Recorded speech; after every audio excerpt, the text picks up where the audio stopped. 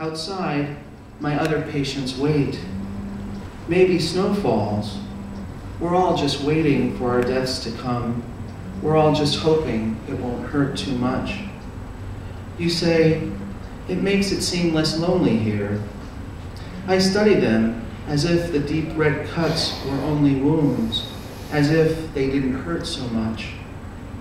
The way you hold your upturned arms, the cuts seem aimed at your unshaven face. Outside, my other patients wait their turns.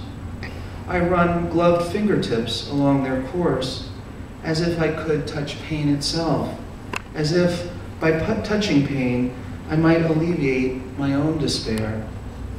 You say, it's snowing, Doc. The snow, instead of howling, soundlessly comes down. I think you think it's beautiful. I say, this isn't all about the snow, is it? The way you hold your upturned arms, I think about embracing you, but don't. I think we do this to ourselves. I think the falling snow explains itself to us, silent, beautiful, and so deeply wounding.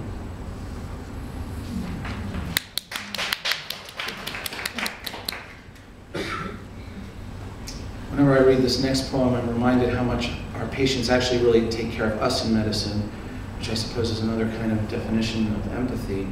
And I'll never forget this particular patient I cared for. It was actually during my medical student days, and I was doing my pediatric rotation, and I was in the hospital. It was the middle of the night, and this kid needed an IV placed.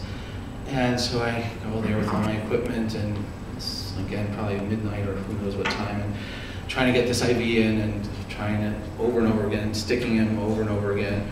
And sweat's starting to pour down my forehead. The nurse is behind me saying, what's your problem? Can't you get the IV in? And I'm flailing around there, and all of a sudden he looks up at me with these huge eyes and says to me, "Doctor, don't worry, you're doing a great job." And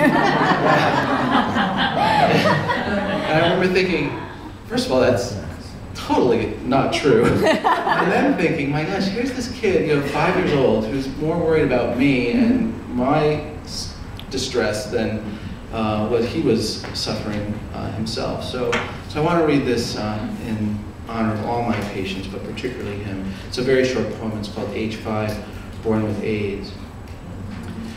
In Jaime's picture of the world, a heart as big as South America shines out, the center of the only ocean.